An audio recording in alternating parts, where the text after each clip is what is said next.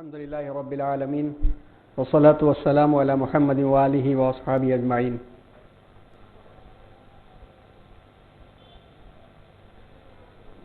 اللہ کی تعریف اور حمد اور بزرگی بیان کرنے کے بعد اسلامی تاریخ کا جو سلسلہ چل رہا ہے اس میں اس سال 11واں لیکچر ہے اور ان 11 لیکچرز میں اس کے پہلے اللہ کے فضل و کرم سے فکر پہ بھی بات ہوئی اور تاریخ کے ایک بہت اہم موڑ پہ بھی بات ہوئی۔ اندلس کا یعنی اسپین کا عنوان تفصیل کے ساتھ ہمارے سامنے رہا اور جس موڑ پہ ضرورت پڑی کہ کہاں کہاں غلطیاں ہوئیں، ان غلطیوں کو کس انداز سے سدھارا جا سکتا ہے، اس پر بھی بات پیش کرنے کی کوشش کی گئی۔ اس کے ساتھ پچھلے یعنی 15 نومبر کا جو لاسٹ لیکچر تھا، درمیان کا بھی ایک لمبا وقفہ ہو گیا، اس وقت حدیث کے عنوان پر قدر تفصیل کے ساتھ گفتگو کرنے کا موقع رہا اور ہمیں امید ہے کہ انشاءاللہ وہ جو اس کے پوائنٹس ہیں، جو نقطے ہیں اس کے ہیں، وہ ذہنوں میں ہوں گے اور کافی لوگوں نے حدیث کے مطالعے کی طرف شوق بھی دکھایا اور امید ہے کہ اس انداز سے حدیث کا مطالعہ جاری رہے گا۔ حدیث، صحیح حدیث یا روایتوں کے سلسلوں میں کہیں ضعف یا کمی یہ کیسے تھی، اس کے بارے میں بھی کافی باتیں آئیں۔ اب اس سال جو بچے ہوئے 8 یا 9 لیکچرز ہیں اس میں خلافت عباسیہ کا عنوان انشاءاللہ مکمل ہوگا۔ خلافت عباسیہ کے عنوان پر جانے سے پہلے، جیسا کہ ہمیشہ یہ ہمارا طرز رہا ہے کہ نئے عنوان پر جانے سے پہلے اس سے جڑے ہوئے ٹاپکس پر تھوڑی سی گفتگو ہم کر لیا کرتے ہیں تاکہ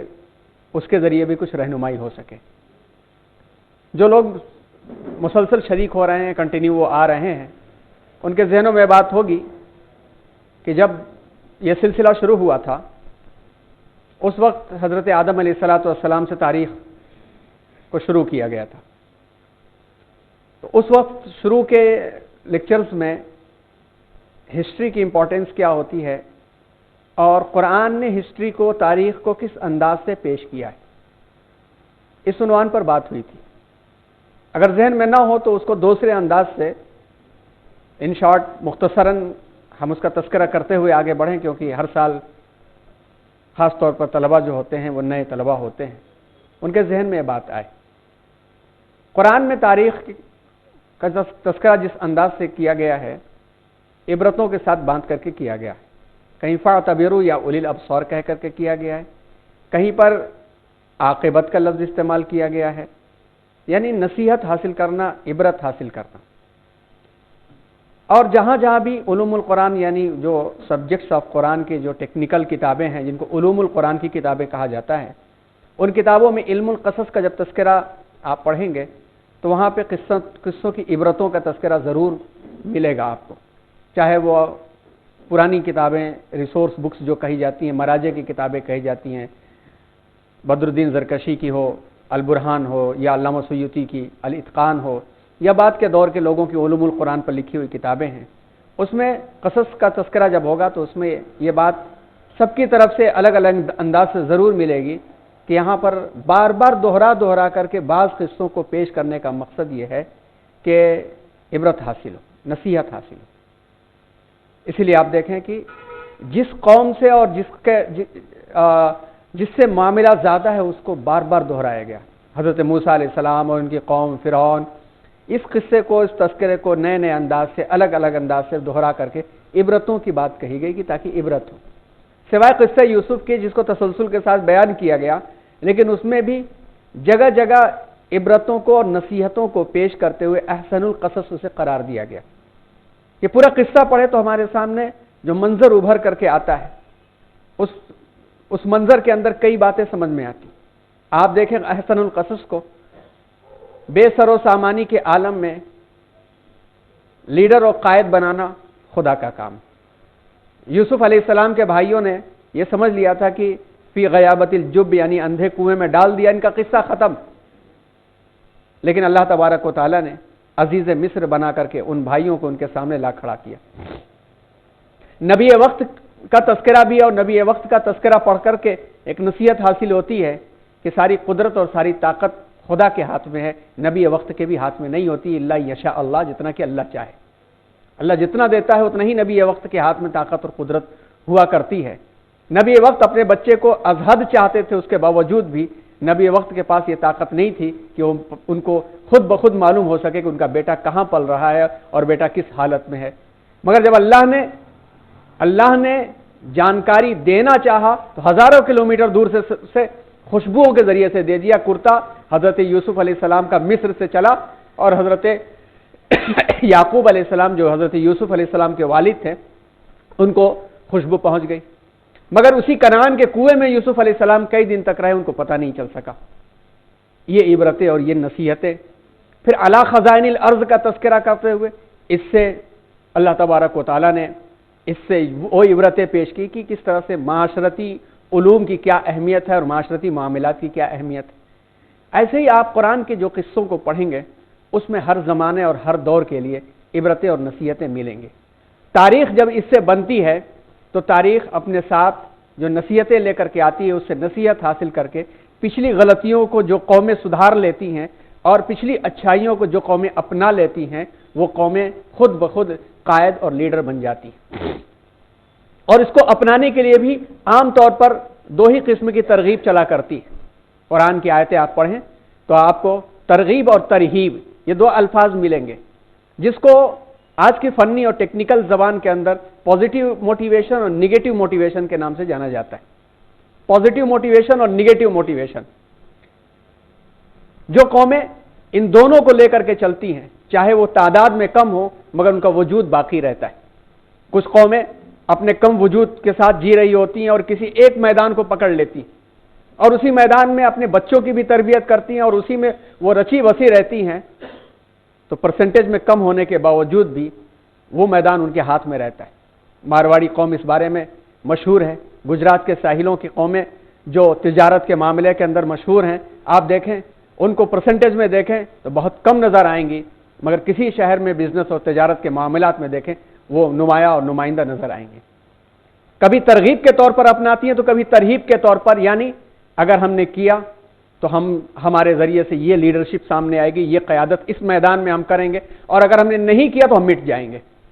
اس کے پہلے قوم یہود کا بھی تذکرہ آیا اور قرآن میں بھی بہت قوم یہود کا تذکرہ ہے کہ آج پرسنٹیج کے اعتبار سے گنا جا سکتا ہے 1.5 کروڑ سے بھی کم کی تعداد ہونے کے باوجود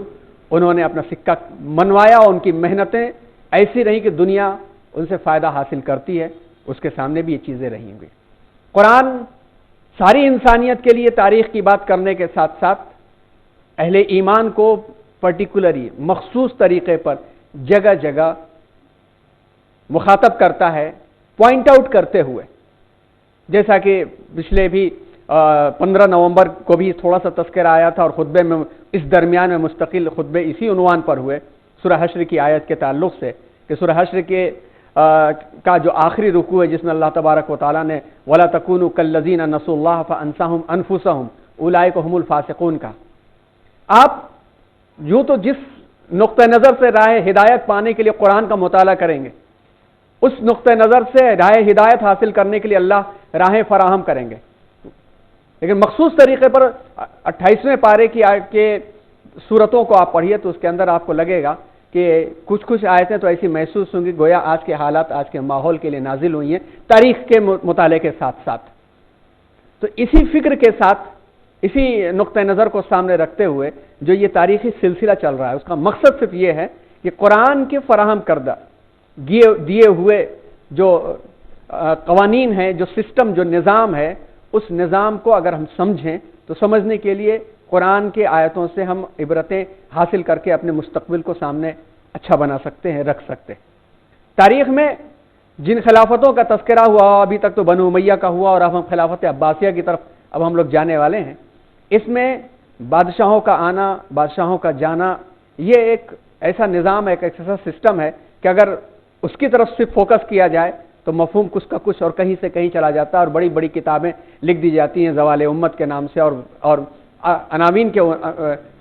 الگ الگ عناوین بنا کر کے. لیکن اس کے ساتھ ساتھ